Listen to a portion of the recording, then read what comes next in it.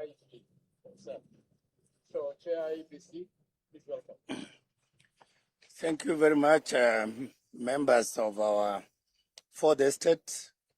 You're very, very important people in this republic, and we welcome you to today's press release. As you all know, elections are not done by IEBC alone. We have the mandate to facilitate and to conduct the elections. But we also work closely with other government agencies to ensure that the elections are done properly as per the constitutional provisions. So we are here today to give the nation updates on the upcoming elections in Ol Kalou. As you all know, elections in Ol Kalou will be held on the 16th of July 2026. And it is therefore in that regard that we have come together here with all these institutions that play one role or another to give you updates on what is it that we have done in order to ensure that the elections in Ol Kalou proceed as scheduled, and that we give the people of Ol Kalou the opportunity to exercise their democratic right to elect their member of parliament on Thursday, 16th, 2026. The Commission therefore wishes to inform the nation that all preparations for the by-election scheduled for Thursday, the 16th of July, 2026, to fill the position of Member of National Assembly for Ol Kalou constituency in Nyandarua County are progressing as scheduled. So far, several critical milestones have already been achieved, and these include the completion of procurement and delivery of election materials, both critical and non-critical, to Ol Kalou, gazettement of all the candidates that have been cleared to run for these elections for Member of Parliament in Ol Kalou, the setting up of polling stations and the tallying centers where the electors will cast their votes and be counted. We have also completed the servicing and testing and configuration of our technology. As you know, Electoral Commission of Kenya, the Independent Electoral and Boundaries Commission, uses technology for both voter identification and, of course, result transmission in the case for presidential elections. So we have reconfigured our technology and it's ready for deployment. We have also received the ballot boxes, the ballot papers for this by-election, which have already been dispatched to our warehouses in Nyandarua County. Yesterday, we completed the training of all the election officials. So our officers are properly trained and they are ready to conduct elections as per the regulations. Of more importance is the issue of the voters register. We have certified the register that will be used in Ol Kalou. That is the voters register. And this register is currently displayed at every polling station so that the citizens of Ol Kalou can verify and check if their names are there and if they are eligible to vote in the respective polling stations. As a commission, we continue working with our partners to offer voter education to the voters of Ol Kalou so that they understand how to exercise their rights. And we continue with stakeholder engagement up to tomorrow, where our team of commissioners will also be in Ol Kalou to meet with stakeholders, to meet with the candidates and their agents so that we agree on the final rules. The Commission reminds all stakeholders that the campaign has officially ended yesterday on Monday, 13th of July 2026 at 6 p.m. in line with the gazetted election timelines. And therefore, we request that any form of campaigning or engagement of voters after that time has ended is prohibited. And anybody engaged in further campaigns contrary to the laws is committing an electoral offense and is in breach of the Electoral Code of Conduct. And as a result, if we find anybody who is engaging in campaigns beyond the gazetted timeline, that person will face the consequences. In terms of the polling day activities, we wish to remind the people of Ol Kalou that all the registered voters in Ol Kalou constituency, they must turn up with their national ID cards that are valid. And for the case of the passport, they must verify and confirm that their passport is valid, it has not expired, because these are the primary documents that will be used to identify each of the eligible voter, each of the voter who is in our digital register. In terms of identification, the actual identification of the voters during that day, from morning when we open the polling stations, once you show up with your ID or your passport that is valid, we shall use the biometric means to identify and authenticate those voters. Biometric means your fingerprints or your facial features, which we have captured in our database. Because the register we are using will be the digital register that is integrated in our KIMS kit. As required by law, we have gazetted the register for Ol Kalou constituency. And that register, I wish to assure the people of Ol Kalou and indeed Kenyans that that register is secure. And we certified that register on 5th of June, 2026. So the register is published in the Kenya Gazette. It is a public document. You can access it there. And for those of you who are in Ol Kalou, the register is already displayed in each of the polling stations where you will be voting. So we have several copies that have been printed already and dispatched to those polling stations. And the law requires we do this 7 days before the election. So we have complied with the law. So anybody who claims that the register has been manipulated is spreading false, misleading, and unsupported rumors. So we urge the citizens to ignore any such persons, be they politicians or activists or any other representative of anybody in this republic. As IEBC, we take the issue of the register seriously, and we make sure that it's only the authentic register that is being used during these elections. That, of course, goes to also the issue of identity cards. We heard through a section of the media, and we have investigated this matter, where certain politician has urged the citizens of Ol Kalou not to show up with their IDs or their passports. That is completely misleading, and that matter the Commission is dealing with it decisively. Opening and closing of the polling stations. Ladies and gentlemen, again, as per the law and our regulations, the polling stations open at 6 a.m. and they close at 5 p.m.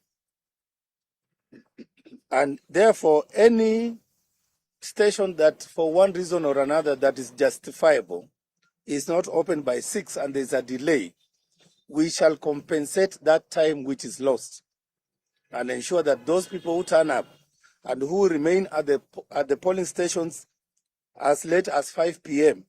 and they are on the queue, they will be granted the opportunity to continue to exercise their right to elect their member of parliament. So we shall not bar anybody who comes late, as long as you are at the polling station by 5 p.m. latest, in the evening, that is.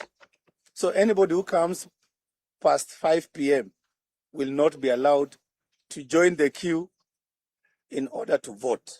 So all those people who are eligible must come between 6 when we open and 5 p.m. when we close. Ladies and gentlemen of the media, and indeed fellow Kenyans, the use of mobile phones in the polling booth is prohibited.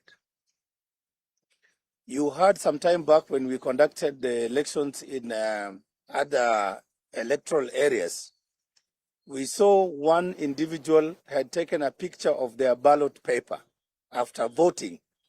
They took pictures of the marked ballots and circulated it on the internet. We wish to remind Kenyans and indeed the voters of Ol Kalou that please do not take a picture of your ballot paper once you mark it, once you select the person you want to be your member of parliament. This is because the sanctity and the secrecy of the vote requires that you keep it secret. That's why it's very, very important that we facilitate you to vote by way of secret ballot. So it will defeat the purpose if you again make that ballot public. And it is against Section 7 of the Election Offences Act. You shall actually be prosecuted. And if you are found guilty, you will pay a fine a fine of up to 1 million Kenya shillings. So we need to tell Kenyans this matter is very serious. Besides that 1 million Kenya shillings, the offending party can also be imprisoned for a term of not exceeding 3 years for a simple act of taking a picture of your vote, either to show allegiance to whoever you are voting for or for some other benefit. I don't know what motivates people to expose who they voted for. So that is discouraged, it is prohibited, it's against the law, and it has consequences. In terms of assisted voters, you know, in some instances, we have those voters who, for one reason or another, are not able to go through the voting process, and they require special assistance, be they people with disability or some form of illiteracy. The law allows that those voters can be assisted by a person of their choice.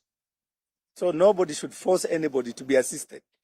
If they wish to be assisted and our officials have verified that the person requires assistance, let that person choose a person of his or her choice to assist that person. We also wish to inform members of the public and the voting populations of Ol Kalou that no one person is allowed to assist more than one voter.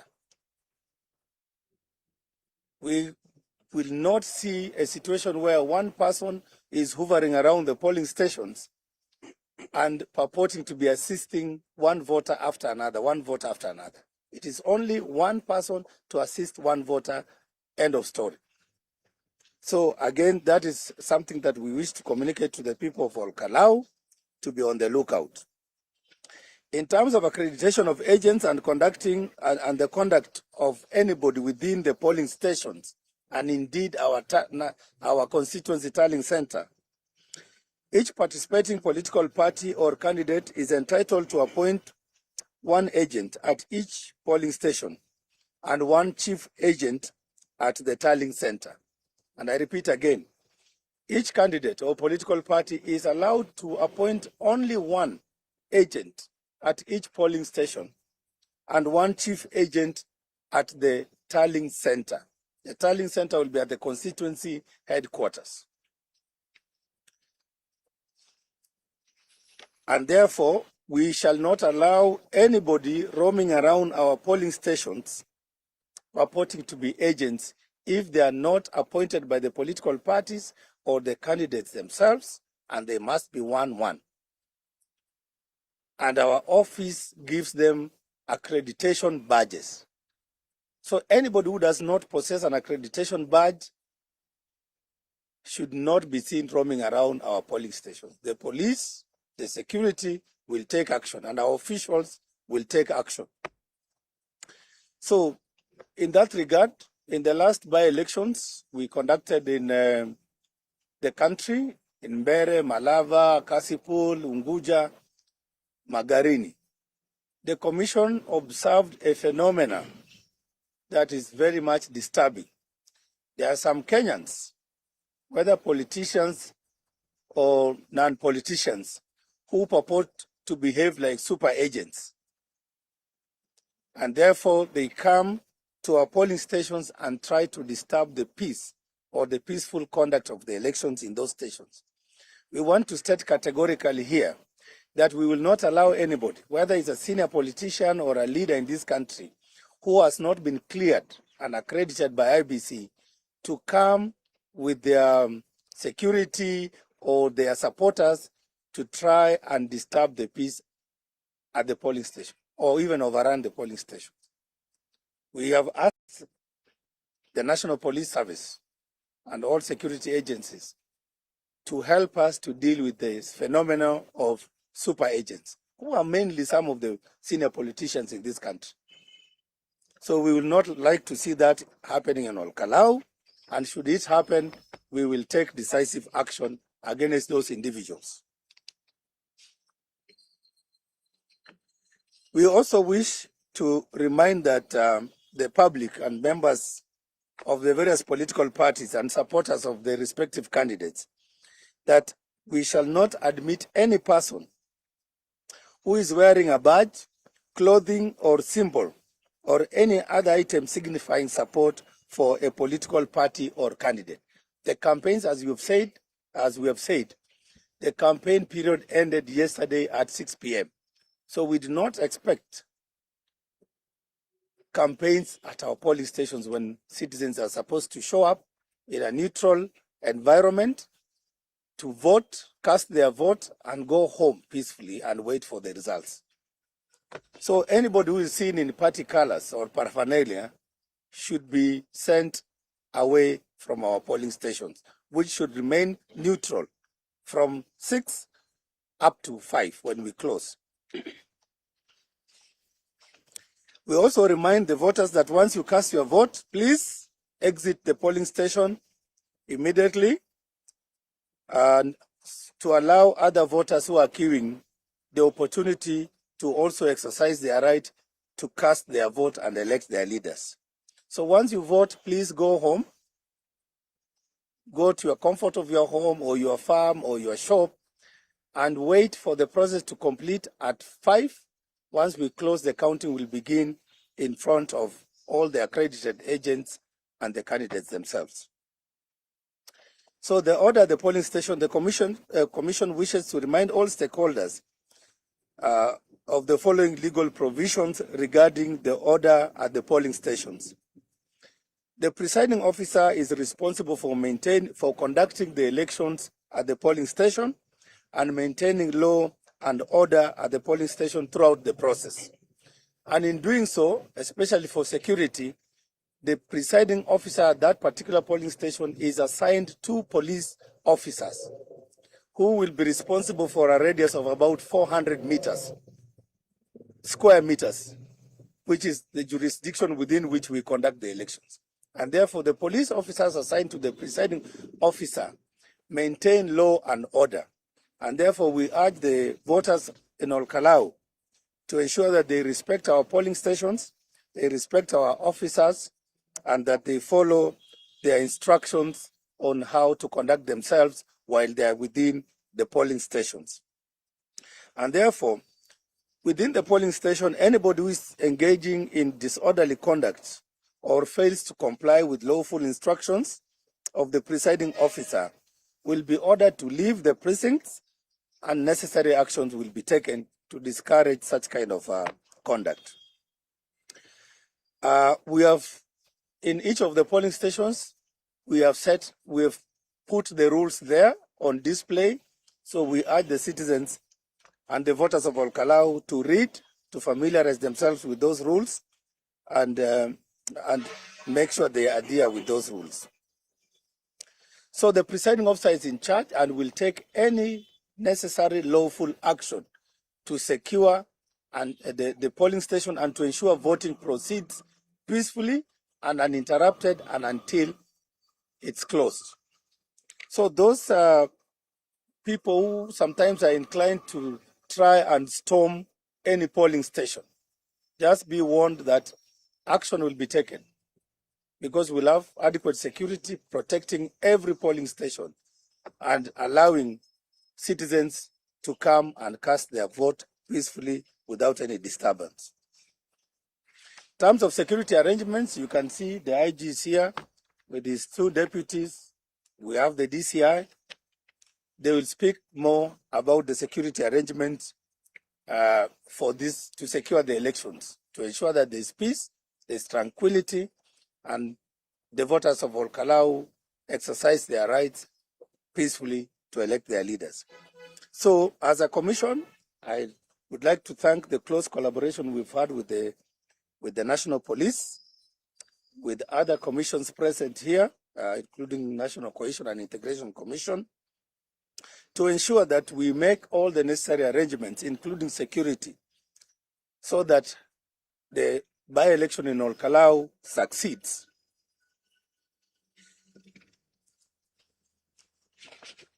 So I'll allow IG later on to speak on the security arrangements in place. But we, as a commission, would also like to note that with concern that there have been incidences that have raised a red flag and concerns to us as a commission as we carry out our mandate to facilitate Kenyans to elect their elected representatives. We've seen situations where, in some cases, goons are present in our electoral areas, are mobilized to intimidate and to disrupt the peaceful campaigns and the peaceful business of the people in those affected electoral areas. Ol Kalou has not been spared either. There are those reports of incidences of goons roaming around, and of course facilitated by some of the actors or players. We wish to call upon all those people, political parties, the candidates themselves and their political supporters, to refrain from any acts that will constitute violence and breach of the electoral code of conduct. Because we want this election in Ol Kalou to be the most peaceful and the most successful, that is conducted in an atmosphere that will allow a credible, free, fair, and transparent elections to happen in Ol Kalou. The code of conduct, ladies and gentlemen, will continue to be enforced.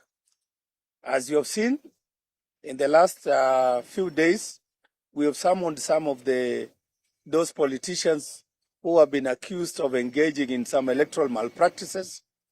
We have taken action on some of them, including fining some of them and requesting them to again sign the political decency code with us. Other cases are ongoing, and we will be updating the nation on what actions we are taking. So the Election Code of Conduct Committee is still in place. It will work until after the election has been concluded and the results announced. So any breaches of the Electoral Code of Conduct, we urge the public to report to the Commission so that we take firm and stern action against those perpetrators. So, as I conclude, in terms of result management and declaration, after the close of the polling stations at 5 p.m., all the presiding officers will commence the process of counting the vote in front and in full view of agents, observers, and the media. I believe you'll be there as members of the fourth estate to observe what's happening and to report. This counting will be done. The ballot boxes will be opened. The ballot papers will be counted and the results tabulated at each of the polling stations in an open and transparent process. And to enhance transparency, The agents present will be allowed to take photographs of official result form 34A. Let us distinguish what I said before. Your ballot paper, the one you mark as a voter, that is sacred, and it's secret. I've said sacred, and it's also secret. So that is the document that we do not want anybody to take pictures of and circulate. But where we tabulate and record the results, that is from 34A, agents can take pictures and send to their candidates or their political parties. A copy of the result form, that same Form 34A, a carbonated copy, will also be pasted at each of the polling stations. Whether it's in a classroom, it will be pasted on the door of that classroom for everybody to see, because there's nothing we are hiding. It will be as transparent as that. Returning officers will thereafter receive the results, that is at the constituency tallying center. They will verify, collate, and announce the constituency level results. So I know results will be known mostly by the party agents and the political parties. But please do not declare yourself the winner or your candidate. It is only the authorized officer, in this case for Ol Kalou, the returning officer, who will declare the winner in the presence of agents and accredited observers. So as I conclude, in fact, on the issue of the results, members of the public and the media as well, you can access the results in our public portal, which will be accessible to the public. You will click as we upload the results online. You can be able to follow the results and tabulate for yourself, so that you know that what we are doing is a transparent, accountable, free and fair election that will meet the highest standards of credibility.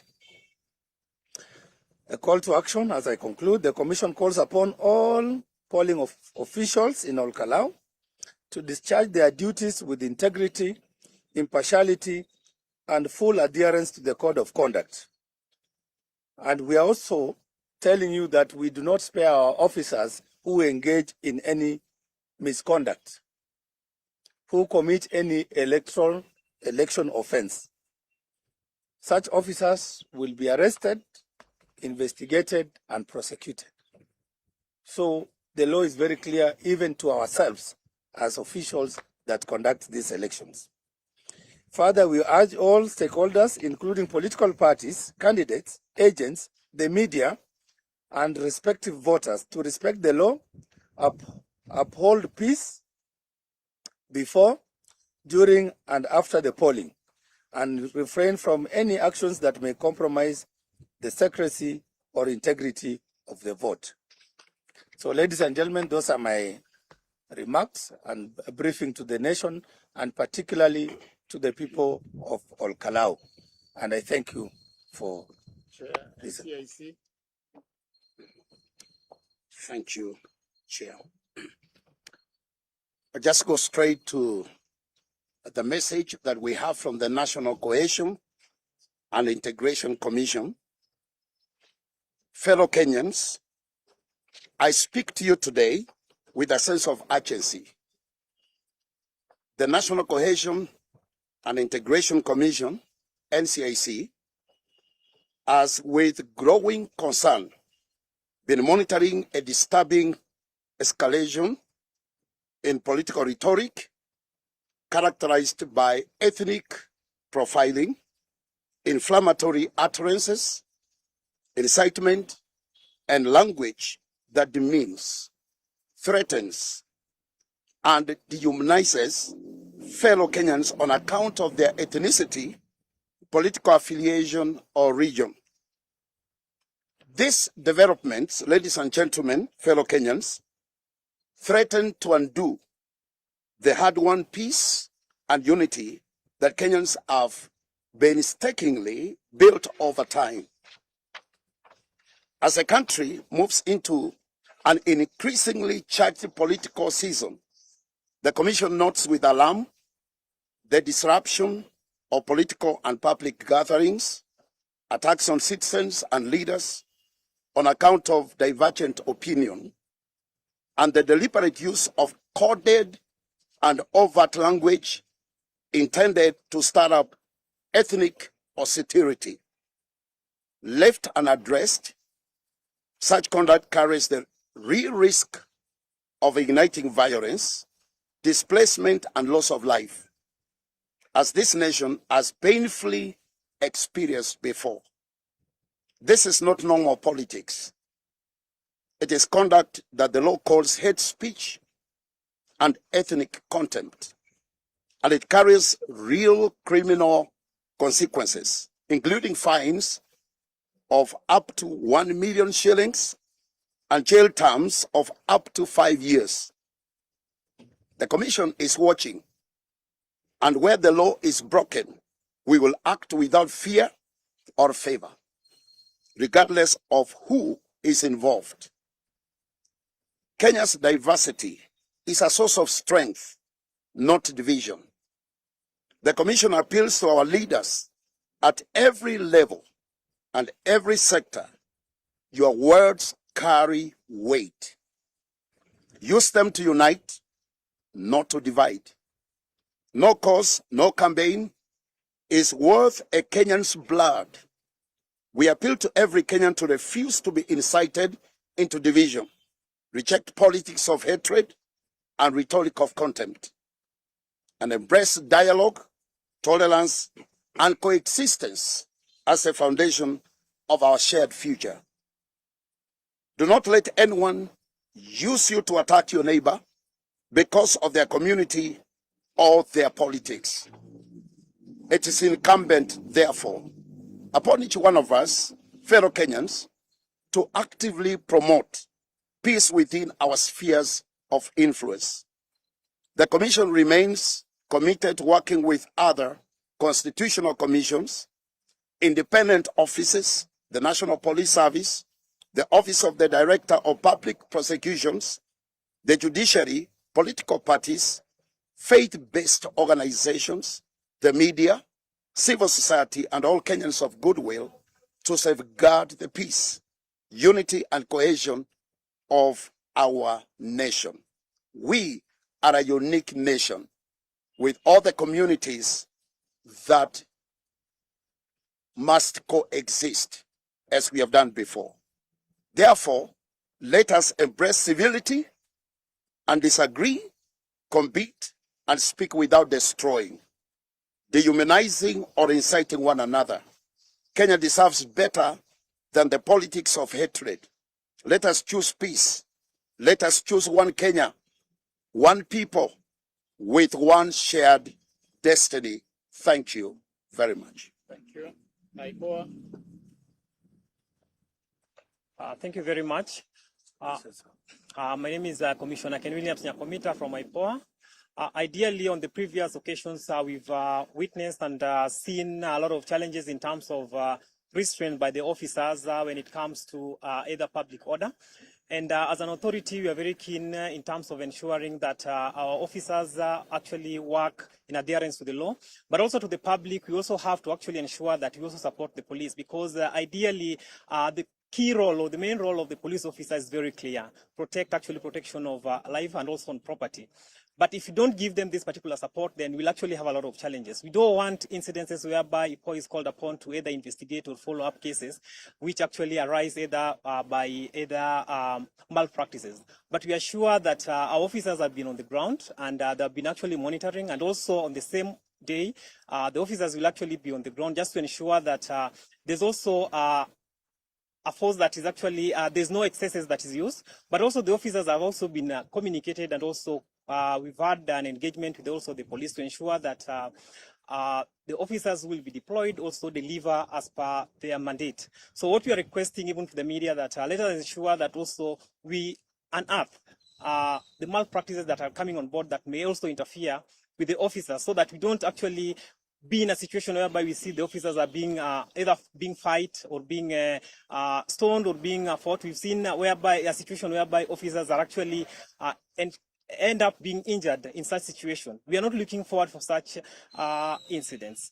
But as an authority, we assure the public that we'll be on board to ensure that each and every incident, if at all there will be there, which you're not praying for, are captured and also reported. And also the public can also report these particular incidents to our authority through our free, toll-free, that is the 1559, and act on them so that they don't actually take law into their hands. Thank you.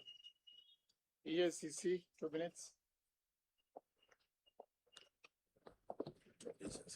My name is Vincent Okongo, Director Preventive Services of the Ethics and Anti-Corruption Commission. I would like to say that yesterday, the chairperson of the EACC, together with the CEO, addressed this issue of voter bribery very clearly and sent a very strong message to those who are engaged in this particular malpractice that when they are found out, they will be investigated and booked and taken to court accordingly. So mine is to reaffirm our commitment as a commission to ensure that we will work within the multi-agency framework that has been set up to ensure that any form of voter bribery, or for that matter, any unethical practices are not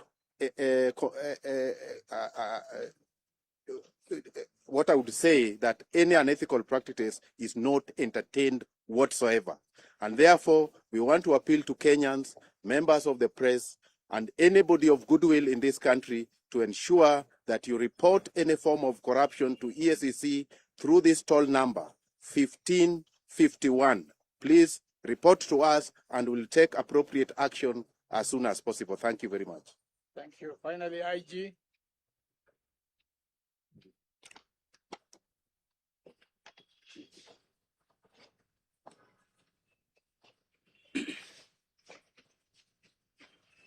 Thank you very much, the chair, IEBC. All the IEBC commissioners, all the stakeholders present with us here this afternoon, the members of the Fourth Estate, ladies and gentlemen. Let me take this opportunity first and foremost to thank the IEBC chairman and his team for organizing this event. It's a timely opportunity to speak to the people of Ol Kalou and the nation at large, and update all the security on the security preparedness for the Ol Kalou by-election scheduled to take place on Thursday, 16th July 2026. This briefing speaks loudly to the multi-agency approach, the one government approach that continues to define and serve us very well. The National Police Service, which is to update Kenyans on the exercise before us, as the Inspector General of the National Police Service, mine is a message of reassurance and an affirmation that the people of Ol Kalou are expected to exercise their democratic rights in a free, fair, peaceful, secure, and credible manner, as guided by our Constitution and the laws of the land. May I now briefly speak specifically about the security preparedness for this by-election. Firstly, we have over 1,000 police officers deployed to ensure that the by-election is adequately covered. Number two, to break it down further, the 114 polling stations in Ol Kalou have adequately deployed with the police officers going by the standard deployment procedures. This means that we have a minimum of 2 police officers per every polling station. Their work shall be to safeguard the voting materials, the voting process itself, while offering adequate security at each and every polling station, ensuring the electoral officials perform their duties well and unhindered. Additionally, there are riot standby teams deployed at all polling stations. They comprise of not less than 14 officers at each and every polling station to ensure steadfast and robust security coverage. Further to this, there are specialized teams that have been deployed to give an overall and unbreachable security ring as follows. I have deployed 4 platoons of the General Service Unit officers, I have deployed 4 platoons of anti-stock theft unit officers. I've also deployed 4 water cannons. Sufficient deployment from the Directorate of Criminal Investigations, DCI, whose mandate shall focus on intelligence gathering, investigations, arrest, and prosecution of any party or individual or individuals involved in any electoral malpractice. Finally, I reiterate that the National Police Service shall remain steadfast during the by-election process, ensuring that a guaranteed safety, security exercise is carried out where the people of Ol Kalou have a chance to exercise their democratic rights in the best way possible and in an environment of peace and security. And to our young people, my message to you is that do not allow yourselves to be misused by anyone to disrupt the voting process in Ol Kalou. As I have said, the National Police Service will be there, we will be present, and we will not allow any form of disruption. So anyone who is intending or who is for that direction of interfering with the electoral process, we will not allow. I thank you.